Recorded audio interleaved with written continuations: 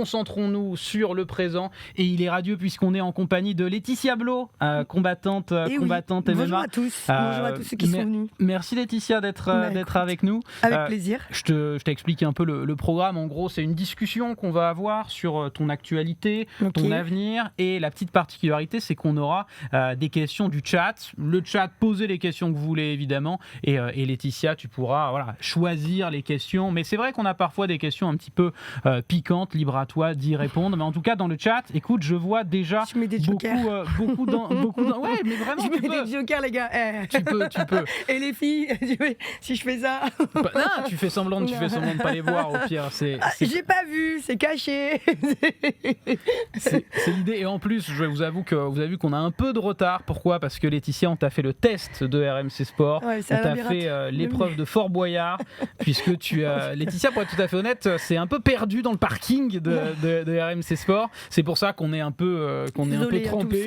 Mais non. Alors, c'était le test. Tête de tigre. Tu l'as passé haut la main.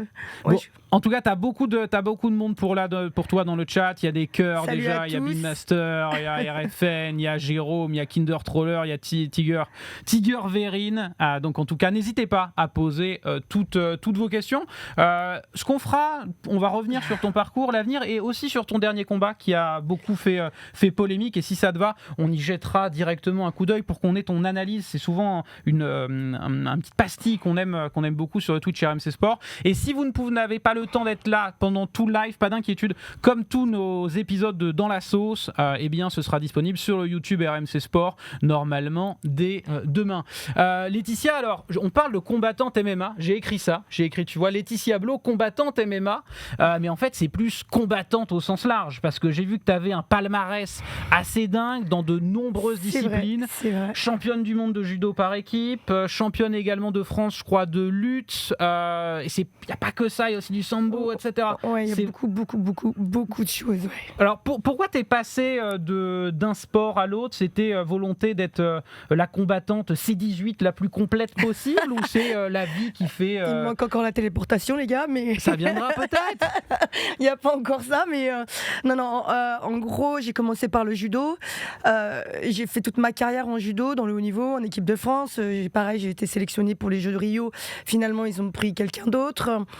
Et puis, finalement, il faut savoir que les fédérations, à un moment donné, elles vous repoussent à partir. Parce que l'âge... En fait, pour l'âge, à 34, on m'a dit écoute, il serait peut-être temps que tu arrêtes. J'ai dit mais d'où je vais arrêter? Je vais gagner les France. Je vais gagner les France de première division, tu verras. Et en fait, je vais être là. Et quand je gagne les France, finalement, je vois que je suis pas encore sélectionnée pour des tournois internationaux. D'accord.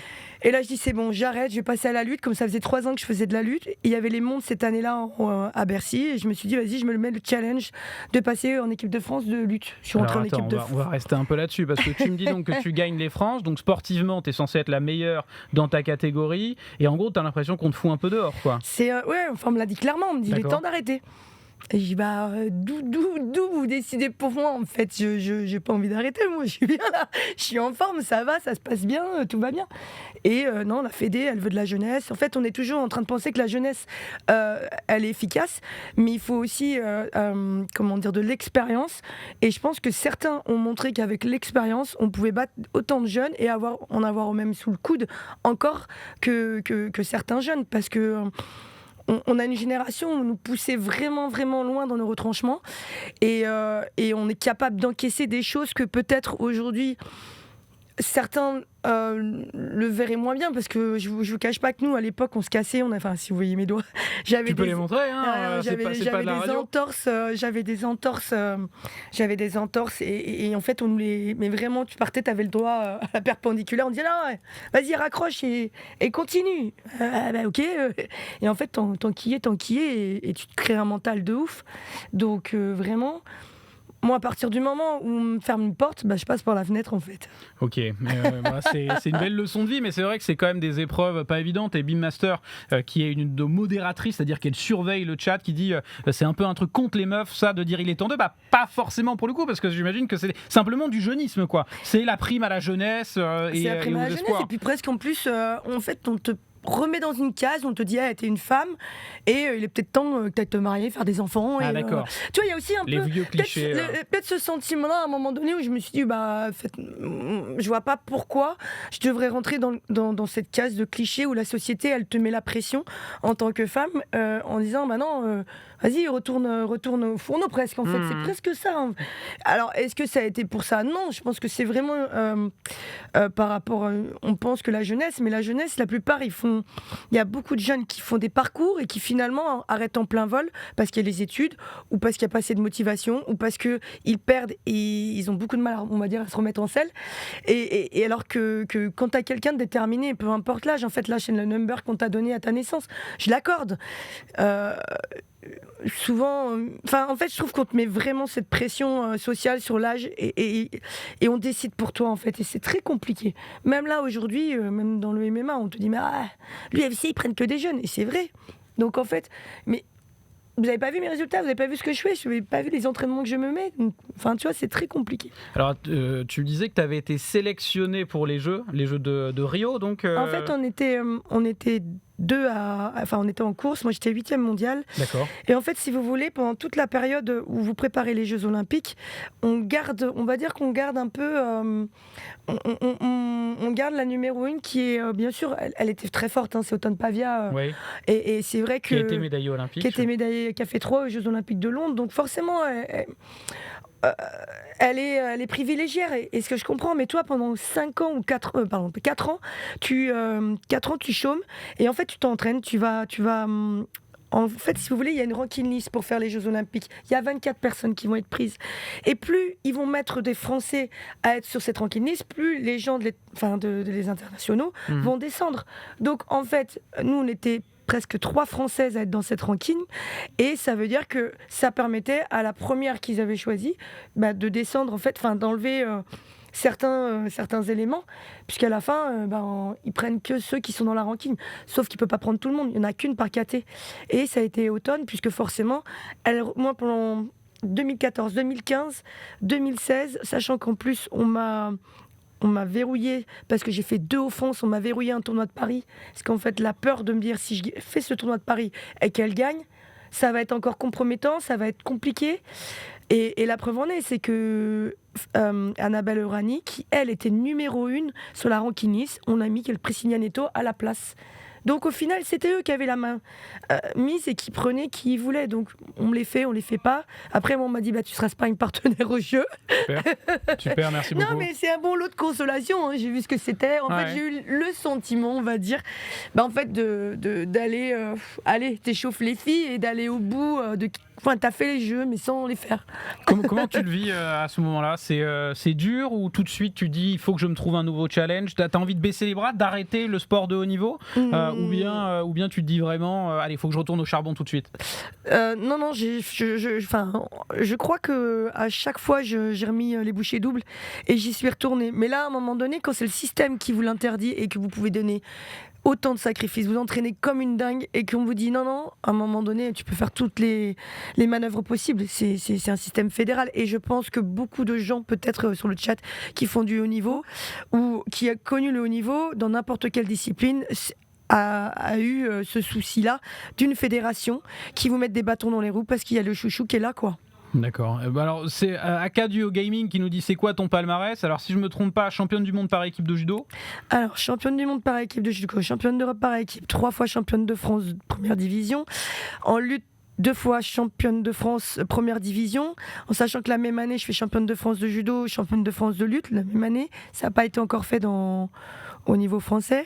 Je fais championne de France de sambo, 3e au monde de sambo.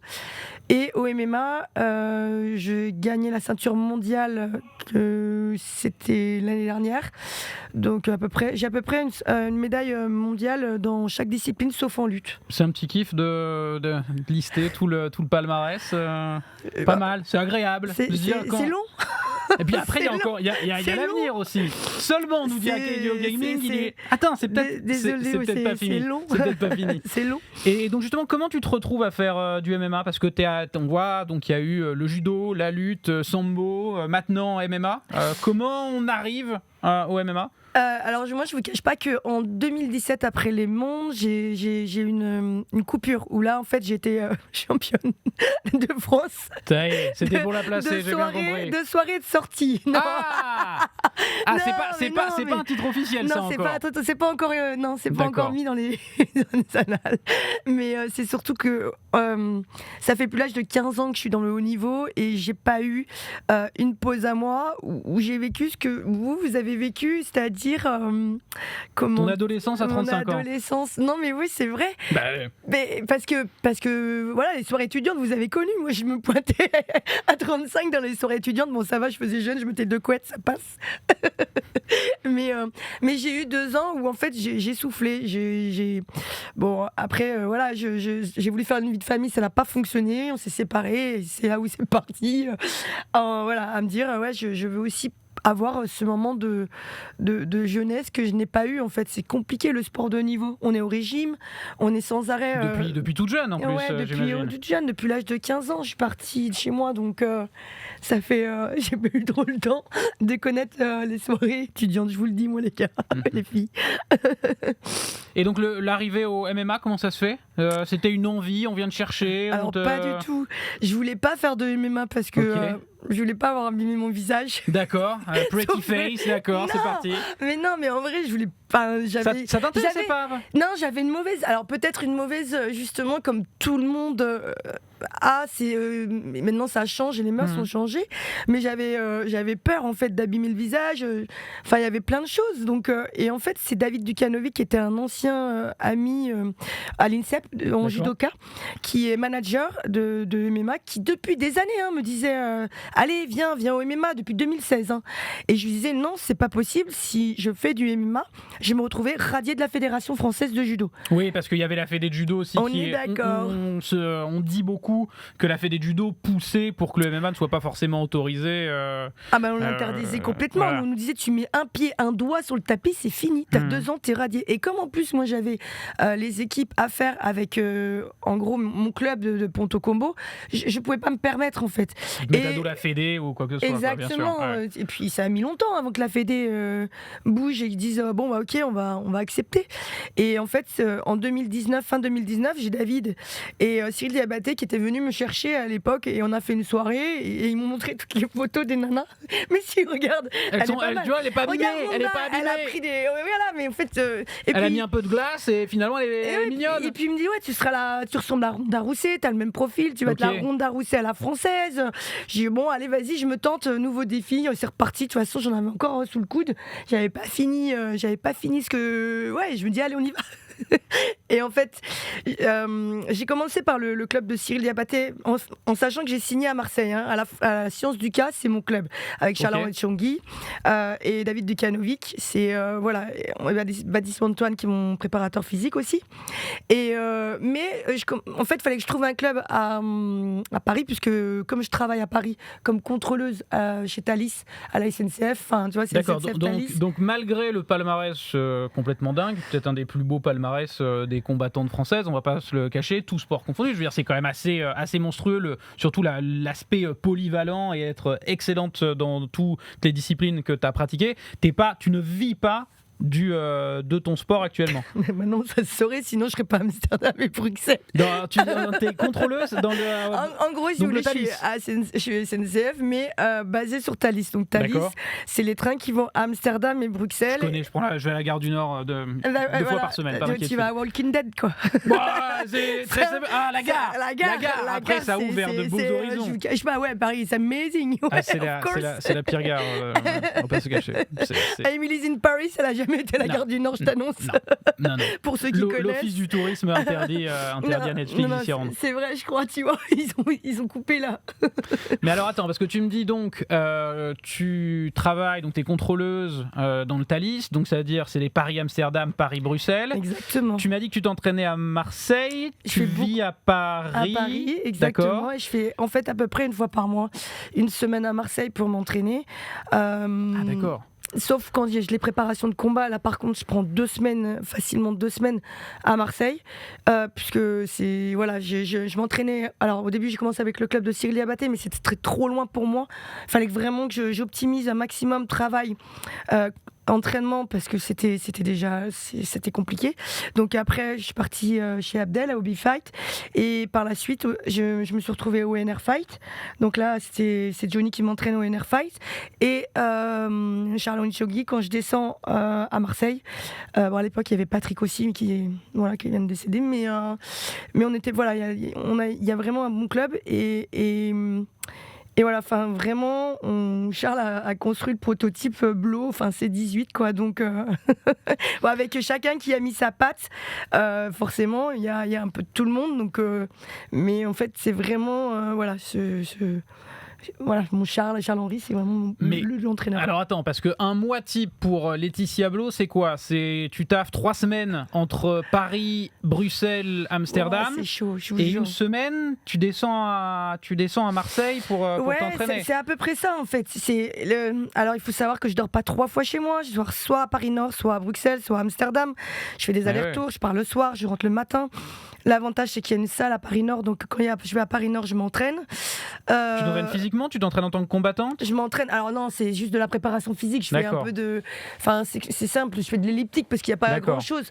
Mais en fait, je m'organise. Mais quand je pars à Amsterdam, je prends mes affaires. Certains ont dû me voir courir sur mon Instagram au milieu d'Amsterdam. À Bruxelles, maintenant, on va avoir une nouvelle salle puisqu'on a changé d'hôtel. Mais à côté de ça, en fait, c'est millimétré. Tout est millimétré. Et il fallait sacrifier une partie de ma vie et c'est ma vie sociale. Bah oui, parce qu'il n'y a plus la place, il n'y a même pas le temps en fait. Même tu parlais de relations pour un couple, c'est pas. Non, j'en ai pas là, c'est mort. Je suis célib, j'ai calé personne parce que j'ai pas le temps. Où est-ce que tu veux que excusez-moi, entre deux trains, mais c'est pas possible. Oui, ce sera peut-être pas durable. C'est très compliqué. Je dors pas 3 fois chez moi. Quand je rentre, je m'entraîne. C'est difficile. Et le si peu de temps que j'ai, je le passe avec mes amis pour avoir quand même un équilibre. Mais par contre, dès que je vais faire la fête et que je vais sortir jusqu'à 4h, je sais que le lendemain, il va falloir que ce soit le mental qui prenne la charge de travail. Mais ça va, je gère. mais voilà, c'est chaud, je vous le dis, c'est compliqué quand même. Et vraiment, c'est pas possible de faire je veux pas du tout te pousser dans les bras d'autres clubs, mais est-ce que ce serait pas plus facile de t'entraîner à Paris, en région parisienne ? Non, parce que je m'entraîne en région parisienne, je m'entraînais au NR Fight avant que je me casse le nez. Mais non, pour moi, c'est ton équilibre actuellement, c'est ça. Voilà, j'ai besoin de Charles-Henri Chongui, de Baptiste Antoine qui est aussi mon préparateur physique. Après, j'ai aussi mon diététicien qui est Mohamed, mais qui lui est en Suisse. En fait, c'est un peu désorganisé, mais organisé. Il faut juste bien régler son emploi du temps, en fait. C'est ça. C'est très organisé, mais planning extrêmement chargé. Et chargé, voilà. Mais après, je veux rien regretter, c'est-à-dire que je veux tout donner pour y arriver. Et en fait, c'est pas de la motivation, c'est de la discipline. C'est vraiment, tu te lèves le matin, je me dis toujours, tu te lèves avec motivation et tu te couches avec satisfaction. Parce que il faut que cette journée, elle soit remplie et que tu te surpasses. Alors des fois un peu trop, parce que j'ai du mal à m'arrêter. J'ai du mal, je m'entraîne vraiment beaucoup. Et c'est pour ça d'ailleurs que j'ai eu une grosse déception quand on m'a volé ma ceinture, parce mettre autant de sacrifices, mais vraiment entre le travail, les entraînements et tous ceux qui me connaissent savent que je m'entraîne vraiment beaucoup. Eh bien, c'est violent, ça a été très violent pour moi, c'est tout ça. Bah justement, si tu veux, on va rentrer dans le vif du sujet sportif, j'ai envie de dire, puisque donc tu combats en moins de 57 kilos. Exactement. Tu as perdu, en tout cas officiellement, ta ceinture récemment. Tu dis on te l'a volée. Donc c'est à Hexagon MMA, c'était face à Ernesta Karaskeik, Ernesta lituanienne donc. Alors tu l'avais déjà affronté, cette combattante, ça s'était soldé par un nul. Exactement, ça a été soldé par un nul avec 2 erreurs d'arbitrage parce qu'en fait elle me tape derrière la nuque, on me relève et en fait on me remet pas dans la garde et en fait je repars directement dans sa boxe. Donc en fait 2 erreurs d'arbitrage, il y a eu plein de choses qui a fait que voilà, et en plus c'était l'ancien règlement, enfin c'était voilà. Pour moi, déjà, j'avais gagné, mais on m'a dit que non, donc je l'admets. On me dit. Match voilà, nul, il n'y a pas de scandale, allez, ça dépend des allez, c'est encore discutable. On discute et il n'y a pas de souci. Mais alors, le dernier, allez le voir sur YouTube à l'occasion. C'est les 5x5. Tu veux qu'on regarde un peu les 2 derniers rounds ou tout De toute façon, c'est simple. Le premier, je le gagne. Le 2, je le gagne. Le 3, je le perds. Le 4, je le gagne. Et le 5, je le gagne. Mais on va pas tout regarder. T'imagines, il y a 25 minutes. Les gens, ils ont quelque chose à faire. Très bien, c'est comme tu veux, mais parce que il y a pas, ça sert à rien de le regarder. Non, mais parce que moi, c'était surtout les commentaires. Mais même les commentaires, ils te le disent. Surtout moi, c'est ça qui m'avait beaucoup surpris. Mais même les commentaires, ils sont pour moi. Et à un moment donné, ils disent bon, à un moment donné, si Karakak avait gagné, il faut un KO. Et quoi? Et à la fin, on me donne. Et même moi, je suis sûre de moi. Quand je lève les bras, je me dis c'est bon. J'entends décision partagée. Enfin, je me dis c'est bon. Attends, moi je veux bien. On se fait juste le dernier round avec les commentaires. Quand elle tourne, vas-y, y a pas de souci. Parce que justement, moi. Elle accroche la cage, donc c'est juste un point de pénalité. Attends. On va regarder justement. Vous êtes prêts, tout le monde? En attendant, n'hésitez pas à balancer vos questions. On va juste faire le dernier round si tu veux, comme ça. Moi, ce qui m'a beaucoup. Non, c'est pas Alex. Attends, c'est pas Alex qui m'a cassé le nez. Non, c'est pas Alex. On va regarder simplement, si tu veux, le dernier round. Ouais. Et moi, ce qui m'intéresse aussi, c'est parce que je me suis fait le combat tout à l'heure, et c'est les commentaires où pour les commentateurs anglais, il n'y a pas de discussion. Mais pour la personne, il y a des discussions. Les gars, allez voir. Sur YouTube, t'as plein de commentaires de chaque personne et tout le monde le sait. Ne spoile pas, ne divulgage pas. On regarde juste le dernier round. Comme ça, avec tes commentaires, on aime bien ici avoir un peu l'œil, parce que nous, on est streamer, on est journaliste, etc. Ça dépend. Mais on n'a pas toujours l'œil du combattant, tu vois, de dire ce qui se passe dans ta tête, ce que tu cherches à faire. Parce que par exemple, tu as un style, évidemment, tu viens du judo, donc tu as un style, tu réduis la distance. Patates de forain, les gars. C'est intéressant. Et on va voir justement. Alors attends, je montre ça. Hop, je te mets le son comme ça, t'as également. Et on met la fin du 4e round. Pourquoi la fin du 4e round? Parce que là, il y a les commentaires qui m'intéressent. Et en plus, on n'en a pas parlé, mais le scoring du combat, je crois qu'il y a un juge qui donne 5-0. Alors, exactement. Il y en a un autre qui donne 4-1 donc, à l'adversaire. Il y a un problème. Et celui qui donne 3-2. 3-2, il m'aime pas. Parce qu'en fait, on a déjà eu des. Celui qui donne 4-1, à mon avis, il donne pas non plus. Il était pas là. Il a changé. Je sais pas, il était sur Tinder, j'en sais rien, moi. Il avait un souci, mais sincèrement, 4, c'est impossible. Et alors, celui 3-2, c'était pour dire, voilà, je suis dedans, mais je suis pas dedans. Mais comme il m'aime pas, c'est très compliqué. On se met la fin du combat. 5 minutes donc, et tu commandes ça évidemment avec ce qui se passe dans la tête et techniquement évidemment. Again, with 10 seconds to go, blow. Or sorry, a few seconds to go. Indeed, the buzzer. I was looking at the clock, obviously, but certainly. C'est 18, elle a une coupe, mais une fashion d'enfer. Alors là, ce que le commentateur, je sais pas si tu parles anglais, il dit que là, t'as fait le travail, t'es à 3-1. Dites-moi si le son est ok dans le chat. T'es à 3-1 pour les commentateurs, il n'y a pas trop de doute. Et ils se disent, il faut quand même faire attention parce que maintenant, ton adversaire, elle a plus rien à perdre. Elle a plus rien à perdre. Dans leur tête, c'est ça. C'est à elle de venir me chercher. Absolument. On est d'accord. C'est à elle de venir me chercher. Ça vaut ce que ça vaut, mais c'est ce que disent les commentateurs en tout cas. Parce il faut savoir que là, en fait, et on oublie que même si la boxe, en fait, si vous voulez, quand quelqu'un vous donne plusieurs coups comme ça, sachant que il faut se souvenir qu'il y a quelqu'un en face qui se défend en bas. Elle est allongée, il y a quelqu'un qui est en face et qui se défend. Je passe la garde. Aujourd'hui, il y a très peu de Français et de Françaises qui peuvent passer une garde. Il y en a, et je passe la garde. Mais pour passer une garde, forcément, il y a des coups perdus. Mais je la passe. Ça veut dire que je passe une garde, c'est plus fort que même qu'une nana qui donne 3 pauvres coups, quoi. Dans ta tête, là, est-ce que tu as la lucidité de te dire, est-ce que c'est ton coin qui te dit, t'es devant, maintenant faut gérer, ou c'est quoi l'idée? En fait, je sais que je mène, mais par contre, j'entends encore Charles qui me dit, il faut que tu rentres, vas-y. Okay. Donc je me dis, voilà. Mais en fait, là, c'est que de l'intox de boxe. C'est que de l'intox. Moi, vous allez voir, moi, je cherche à y aller. Alors, je ne fais pas de boxe, je fais des overhands, mais des overhands, voilà, où je rentre, donc ça va taper, là j'y vais, on sent que j'y vais pas pour... Alors au niveau des gabarits, simplement on voit que c'est deux gabarits très différents, elle fait 1m75 je crois. T'imagines, la nana elle fait 1m75, on prend même pas, alors après on compte qu'il faut que je casse la distance et que je rentre. Ouais. Mais là en fait, en face... C'est grand 1m75 pour moins de 57 kg, hein. C'est un gros cutting. Elle fait des gros cuttings, hein, vraiment, et elle y arrive, mais elle est jeune. Hein. Ouais, mais en plus j'ai vu sur Instagram, et elle est pas... Non mais elle est vraiment bien. Ouais, elle est mais forte. elle est pas particulièrement fit en dehors, tu vois. Je veux dire, elle Non, doit parce que perdre. quand t'as vu en boxe, elle a des joues elle est- dernièrement, ouais, voilà, elle a c'est- fait des combats en boxe. Elle est. Bon, je dis pas que moi aussi j'en ai pas là. Non, mais c'est vrai qu'il y a un gros cutting. Donc là l'idée, En fait, le dernier moi, round, c'est de rentrer. Mais en fait, elle fait que tourner, puisque moi, je veux rentrer. C'est moi qui est au milieu de la cage et qui gère. En fait, j'ai la gestion de la cage. Donc, à un moment donné, mais je veux rentrer, j'y vais. Elle fait quoi? Elle tourne. Elle fait de l'intox.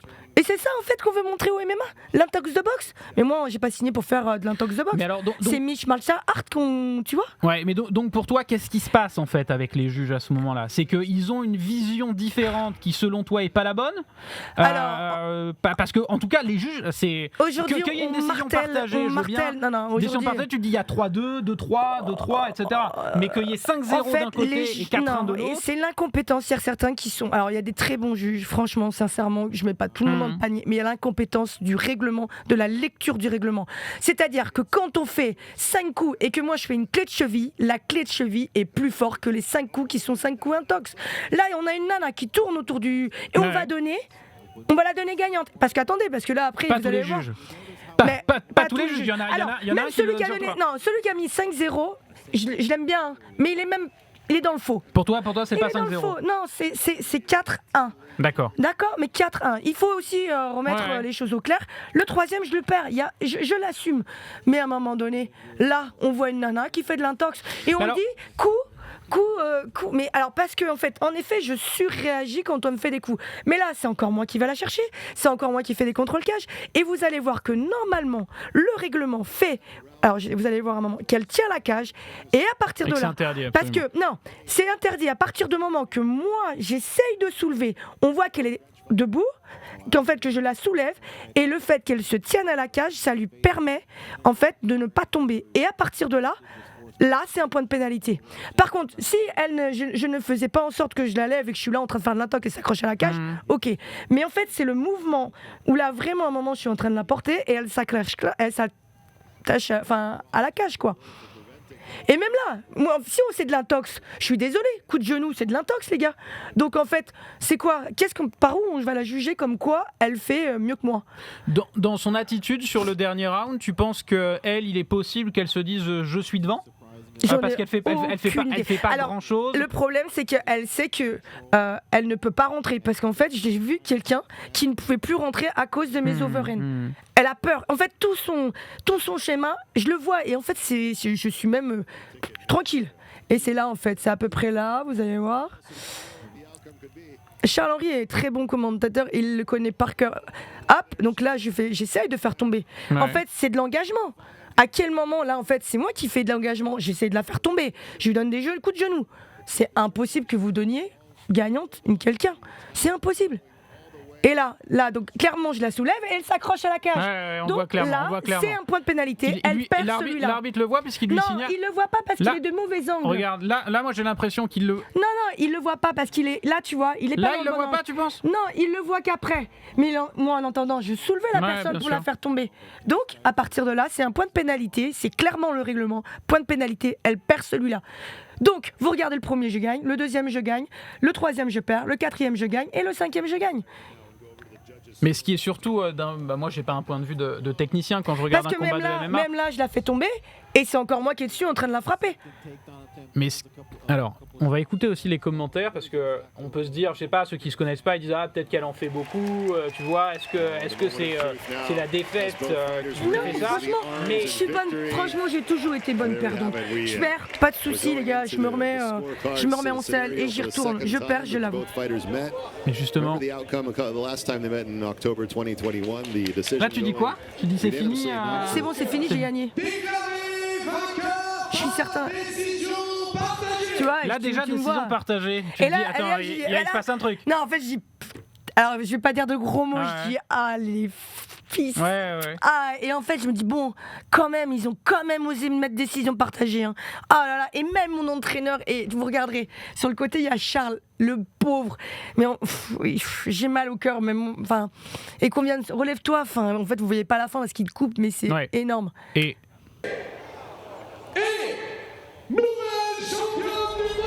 Et là, en fait, mais je me dis c'est impossible. Parce que même ces entraîneurs, vous les voyez pas, mais en off, ils viennent me dire quand même, franchement, bon combat, je te félicite, trop bien. Et les commentateurs qui disent... Oh wow, an upset there as Ernesta Karetskaite gets the nod from the judges. I guess the striking was enough.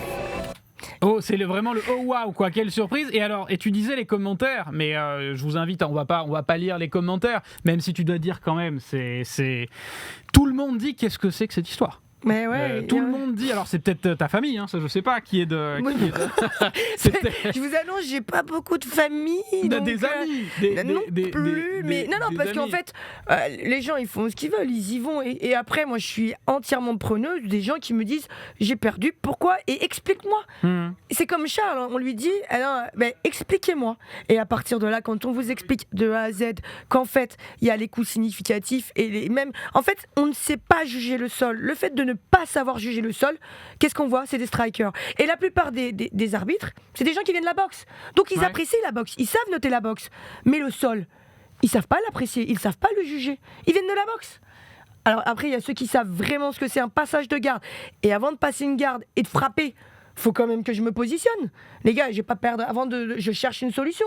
Je vais pas me relever et faire n'importe quoi, passer une garde et faire comme ça a pas de sens. J'ai en face par contre quelqu'un qui défend très bien, qui a été d'ailleurs championne du monde de grappling, je crois, ou un truc comme ça. Donc j'ai quelqu'un en face qui se défend. Mais laissez-moi me passer, je passe une garde. C'est très rare de voir passer une garde, c'est très rare de faire une nana faire un nord-sud pour trouver une solution. Et en plus, on voit que je donne des coups de coude. Ah quoi, il faut que je fasse des grands gestes. Les gars, je veux bien. Ça veut dire qu'en fait, moi, ce qui me dérange, c'est qu'aujourd'hui, les gens qui viennent du grappling et du judo, en fait, s'ils font pas de boxe, ils gagneront pas. Voilà, on en est. Ou ils font pas de soumission. S'ils font pas de soumission ou pas de TKO, ils sont dans la merde. Et c'est pour ça que je me bats. Ça veut dire que les gens comme nous, si on fait pas un peu de boxe, c'est fini pour nous. Parce qu'on a décidé que la boxe serait la priorité du MMA. Mais moi, j'ai pas signé pour faire de la boxe. Et pourtant, à cause de ça, donc je les remercie, j'ai pris, parce que je me suis pété le nez, donc je peux pas m'entraîner, mais j'ai pris un entraîneur particulier de boxe pour mon prochain combat. Puisqu'on veut de la boxe et de l'intox, je vais en faire. On en est là en fait, c'est ça que vous voulez. Parce qu'en fait je vais monter la boule au ventre. Parce qu'en gros, si je monte et que derrière je produis pas de la boxe, on va me dire oh là là, en fait t'as pas fait de boxe, tu vas perdre. Ouais, parce qu'en fait franchement on a vu une nana qui a fait 6 coups, je crois qu'on a calculé 6 coups significatifs dans 5 rounds. Moi j'en mets, hein. Par contre mes patates elles y vont, hein. C'est peut-être de l'overhand, c'est pas de la boxe propre, je vous l'accorde, désolé les boxeurs parce que je sais que c'est important pour vous, mais à côté il y a un travail, contrôle cage, descendre, queue de cheville, essaye de passer la garde, j'y vais, et je fais des overhand, ouais je fais pas du classique de boxe, je l'entends. Mais... C'est intéressant ce que dit Grover, parce qu'on a parlé, Grover Lord, parce qu'on parle des commentateurs, on parle des commentaires, mais la salle, rien qu'au moment où est dit décision partagée, déjà décision partagée, t'as une salle qui tombe des nues 2000 et qui siffle. Parce que 2000 personnes, et en fait c'est parti, vraiment, tout le monde s'est barré, personne l'a écouté, tout le monde regarde et se dit mais c'est impossible. Et en fait on veut faire du MMA parce que c'est néophyte, il faut qu'ils comprennent. Mais attendez, les néophytes qui étaient là, ces gens-là, ils ont tous bien compris ce qu'était le MMA. Et en plus, je pense avoir montré ce qu'était le MMA dans tout, dans les compléments, vraiment. Alors pas la boxe, vraiment dans le mais boxe, projection, cage, passage de garde, mise en situation, j'essaye de frapper. Vous voulez quoi d'autre? Et 2000 personnes, ils veulent que ça soit télégénique. Excuse-moi, c'était télégénique puisque 2000 personnes m'ont dit putain, je suis désolé pour toi. Hein. Coup significatif. Tu les vois où ces coups significatifs? Allez voir, je vous invite à aller voir le combat. Pas le premier, le 3x5, mais le 5x5. Et vous me laissez des commentaires et on verra bien. Mais à un moment donné, c'est chaud quoi. Si c'est ça le MMA, moi à un moment donné, je vais arrêter. J'ai pas signé pour ça. Hein. Mais alors justement, là, on voit que t'as encore la rage de t'être. T'as l'impression de t'être fait voler. À 39 ans, j'ai pas le temps moi de me faire voler. C'est bon, ça fait des années que je me bats contre des fédérations pour que des arbitres qui sont... Alors on m'a même dit, ouais, mais ils étaient fatigués. Attends, j'ai mis mes sacrifices sur la table. J'ai mis combien de jours à m'entraîner? Un cutting de ouf de 7 kilos ou 5 kilos, 7 kilos. Les gars, je perds plus de 700 € par mois. À la fin, il me reste que dalle parce que quand tu lui donnes à 10% à tout le monde, plus l'URSSAF, Et à la fin, il te reste quoi ? C'est payé combien un combat pour la ceinture ? Ça, je peux pas dire parce qu'en fait, c'est privé sur le contrat. D'accord. Mais à la fin, il me Mais reste... ça suffit pas, en tout cas, pour être pro, quoi. Ouais. 10% manager, 10% l'entraîneur, 10% préparateur physique. Mon diététicien a payé. Derrière, là, j'ai pris des cours de boxe. Et ça me fait, je vous l'annonce le mois, hein, c'est pas donné. Et l'investissement d'un régime, manger aujourd'hui, sainement, on sait que tout a augmenté. Donc, je vous cache pas que c'est 1000 balles le mois, facilement, à manger des légumes, des trucs hyper sains. Et à la fin, il me reste que dalle, quoi. Et on me dit, ouais, c'est la passion. Mais quelle passion quand je vois ce que je mets sur la table ? Parce qu'il y a 3 juges et 2 qui ont été incompétents. Grover demandait justement la carte de marque. Alors c'est ça qui est assez dingue, c'est qu'il y a un juge qui donne 5-0 en faveur de Laetitia. Qui n'est pas dedans, je remercie, mais qui n'est pas dans le vrai puisque c'est 4-1. Mais ok, je le remercie parce que c'est vrai, mais lui, je reconnais, mais il n'est pas dedans non plus. C'est 4-1. Je perds le 3e. Mais alors le 4... le 4-1 qui donne à Karakek, excusez-moi, je ne sais pas ce qui s'est passé, je connais le nom de la personne, mais je ne sais pas où il était. Mais à un moment donné, les gars, c'est quand même le main event.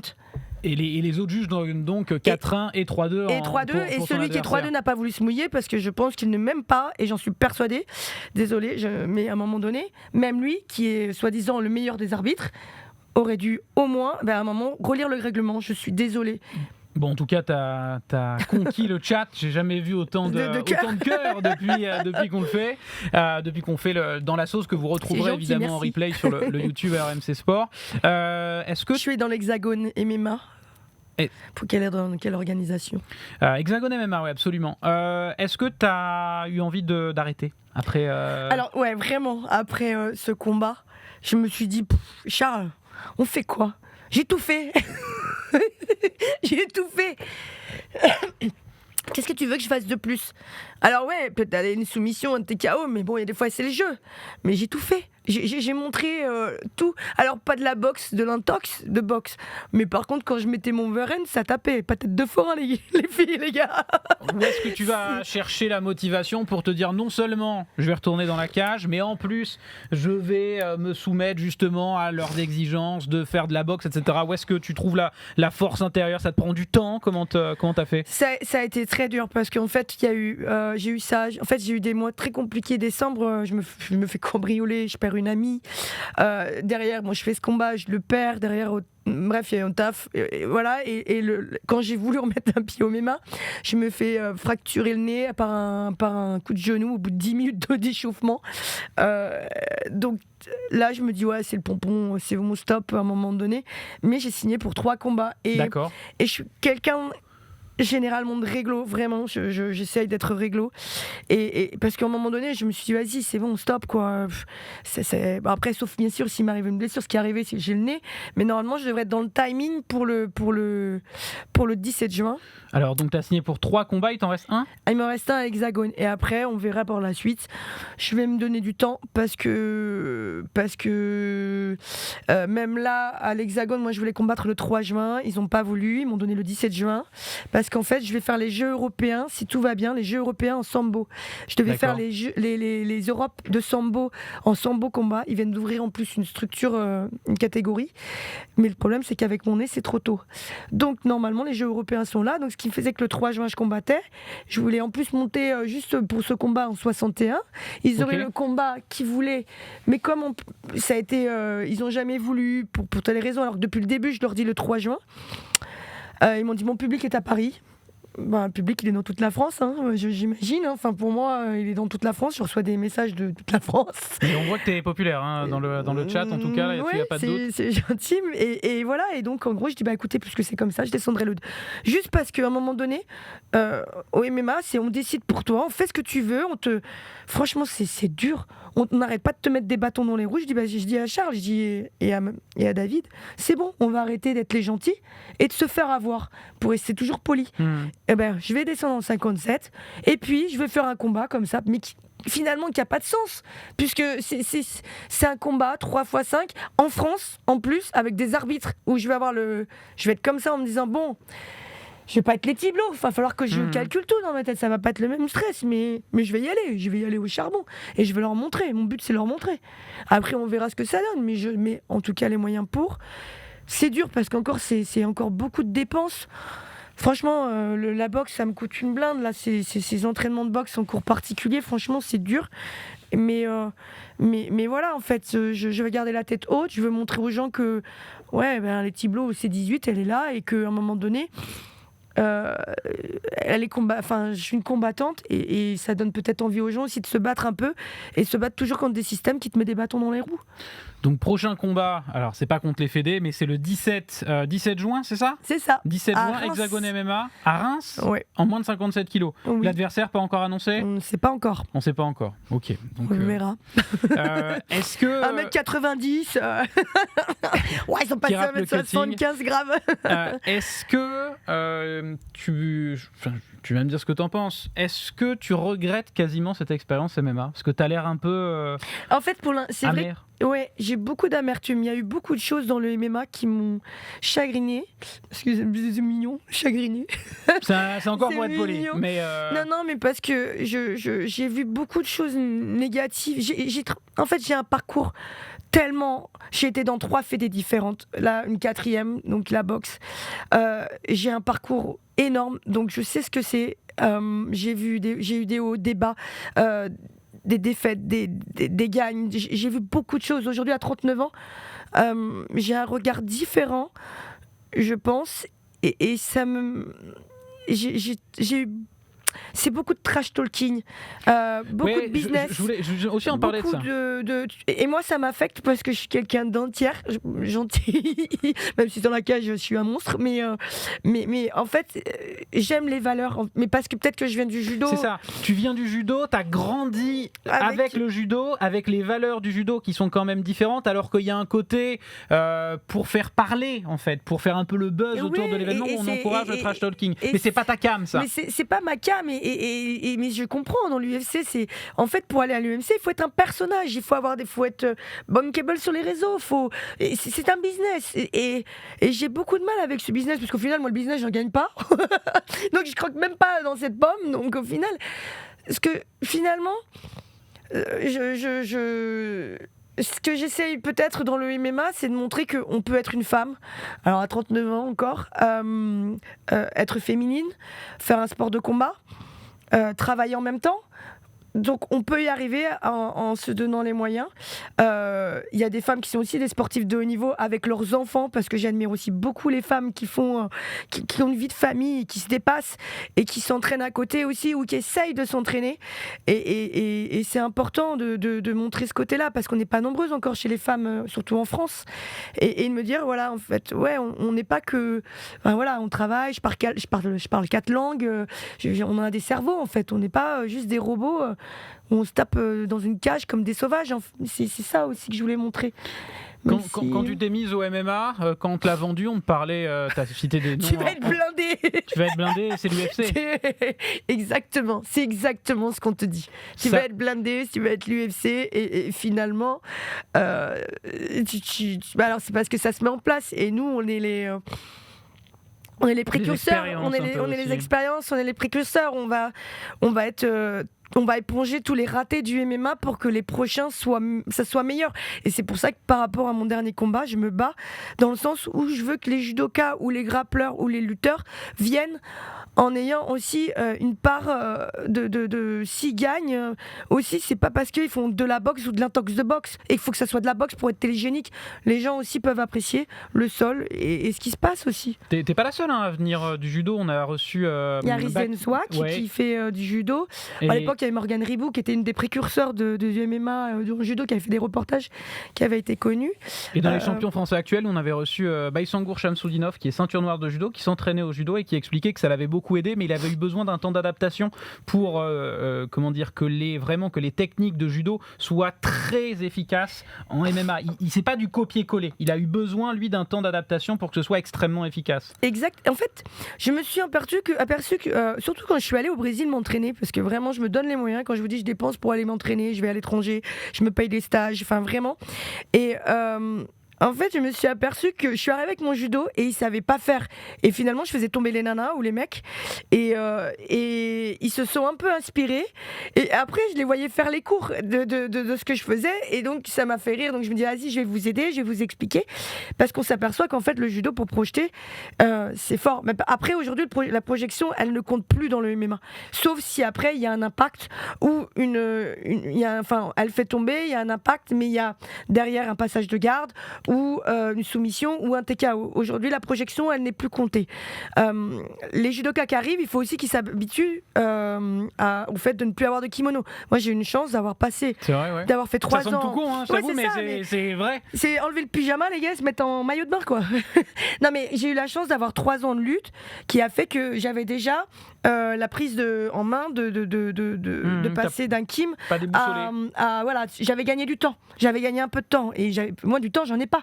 C'est pour ça que c'est dur pour moi, le temps j'en ai pas. Mon but c'est de gagner et je fais tout pour gagner et il faut savoir qu'à un moment donné je vais avoir 40 piges. On dit finalement la société arrive quand même à me dire il est peut-être temps que j'arrête. Et tu le sens aussi physiquement? C'est plus dur maintenant? Ou c'est juste le regard t'as qu'à bientôt 40 ans, t'as bientôt 40 ans? C'est vraiment, je pense que c'est vraiment le regard et me dire à un moment donné c'est peut-être temps aussi, j'ai une vie perso et que j'arrive à construire quelque chose. C'est vraiment ça, franchement j'en ai encore sur le cul, je manque des entraînements. Bon, n'hésitez pas à balancer vos questions pour Laetitia. Moi j'en ai une dernière. On parlait de parler de pas mal ça. On parlait de Bellator, on parlait du UFC, pardon. Je parle aussi de Bellator. Est-ce que des organisations, on va dire encore le niveau supérieur, c'est un objectif, c'est un rêve ou il y a eu le PFL en fait. Le PFL, alors après ils me l'ont pas dit. Qu'on diffuse, hein. On diffuse le PFL, on diffuse parce que le PFL arrive en France en moins de 57. Ils ont ouvert une KT. Ouais. Mais le truc c'est que moi je devais gagner mon dernier combat. D'accord.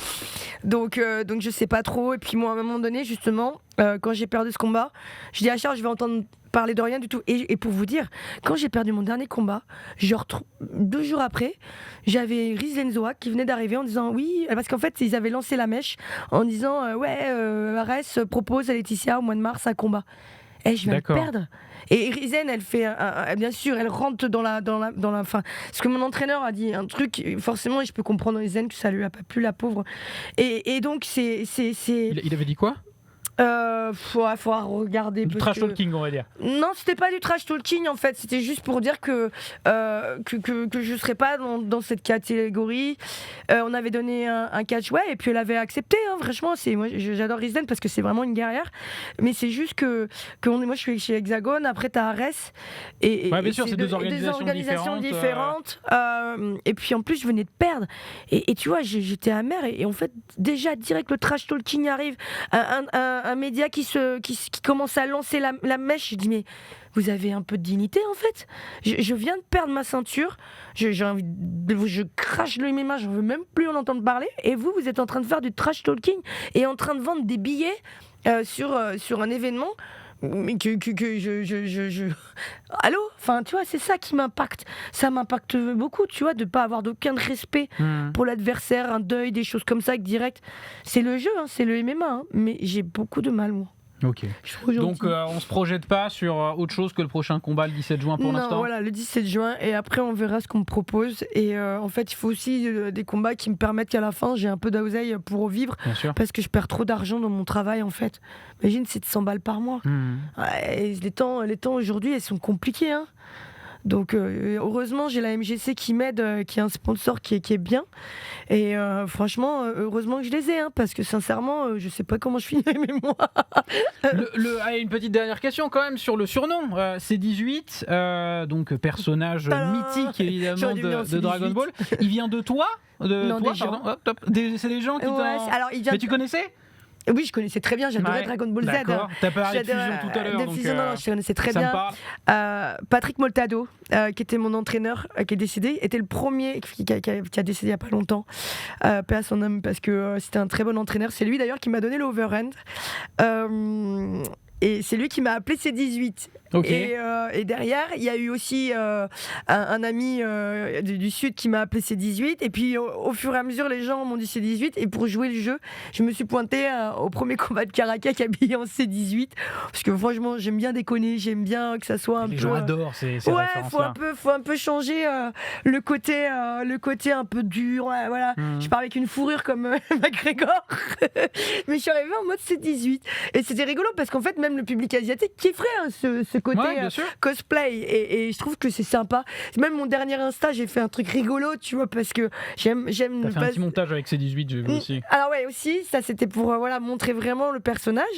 Et là, mais vraiment, tu me vois, je me prends pas au sérieux sur mon Insta. Des fois, je fais des trucs drôles parce qu'il faut. Et une qui est très drôle aussi, c'est Alex Takanosh, qui est vraiment drôle aussi. Et c'est pour ça qu'on s'entend super bien, parce qu'on se scud souvent, on s'attaque souvent, on s'envoie souvent des histoires drôles, quoi. Il y a Alex qui vient souvent nous voir. Merci en tout cas, Laetitia. Je vais terminer avec un message de Beammaster, notre vieweuse et modératrice. Elle dit: merci Laetitia, tu es un modèle pour ne pas se laisser faire, aller chercher son os et rebondir. Tu es inspirante pour les autres femmes et aussi les hommes. Et je suis bien d'accord avec Beammaster, mais c'est vrai que partager ton expérience de vie, c'était un plaisir. Dans le chat, vous avez les réseaux, l'Instagram en tout cas de Laetitia. Merci à Grover. Et t'as Alex qui est dans le chat. Donc tu vois, qui est là et qui vient souvent nous voir. Je parlais de toi il y a 2 minutes, ma poule. En je bien, disais en que plus. t'étais en bien. Je disais que t'étais c'est une des drôles que nous toutes les deux on rigole quand même comme des oufs quand même. Donc le prochain combat 17 juin à Reims, Hexagone MMA en moins de 57 kilos. Exactement. Et puis pour avoir le nom de ta future adversaire, on n'a qu'à te suivre sur Instagram. En plus, c'est vrai, c'est important d'envoyer de la force sur les réseaux sociaux. Oui, je remercie d'ailleurs tous les gens qui sont souvent. Alors, je peux pas répondre à tout le monde, mais je mets toujours un petit cœur pour dire voilà, je suis là, je suis présente, parce que c'est moi qui suis bien derrière. D'ailleurs, ça prend beaucoup de temps et c'est chronophage parce qu'on essaie toujours d'entretenir. J'essaie beaucoup de mettre dans des entraînements pour que ça motive, et je suis contente d'avoir des répercussions sur les hommes ou les femmes qui me disent merci de me motiver chaque jour. Je vois que toi t'y vas, donc j'y vais. Donc c'est toujours agréable. Ouais, tu vois, c'est l'inspiration dont parlait Beammaster. Voilà, le modèle. Et ouais, c'est puis bon, j'espère vraiment donner un peu de motivation et dire aussi voilà, on peut être une femme et aussi faire des sports de combat. J'invite beaucoup les femmes à aller s'entraîner dans les cours, même s'ils veulent pas aller dans les cours de MMA masculin, féminin, parce que ça leur permettra de toucher à tous les corps de sport finalement, parce que le MMA regroupe tout la boxe, mon priorité. Mais on a bien compris la boxe. Non mais c'est ça les filles, vous toucherez beaucoup à tous les compartiments du sport de combat et ça vous aidera peut-être à avoir confiance en vous et voilà, avoir une autre approche dans la rue, ou avoir un peu plus confiance en vous au vu de ce qui se passe aujourd'hui avec l'augmentation de la violence. C'est vraiment important et il y a des très bons cours donnés avec des filles ou d'autres salles à côté, donc je les invite vraiment. Tu te vois peut-être, alors ça y est, je rajoute une question, je sais pas pourquoi, mais tu te vois, je sais pas, comme coach plus tard, pour justement transmettre ces valeurs ou. Alors c'est rigolo. J'ai pas envie de parler de l'après parce que sinon je vais renvoyer vers l'âge, alors que c'est pas du tout l'idée. Mais je sais pas, est-ce qu'il y a un côté très inspirant quand on t'écoute? Alors j'ai toujours refusé d'être entraîneur et finalement le MMA. La SMAF, elle essaie de nous faire elle essaie de nous mettre entraîneurs, elle essaie de créer des entraîneurs de MMA. Et je me suis dit, pourquoi pas. Le truc, c'est qu'il va falloir du temps pour passer le diplôme. C'est toujours pareil et c'est pas le moment et j'ai pas le temps.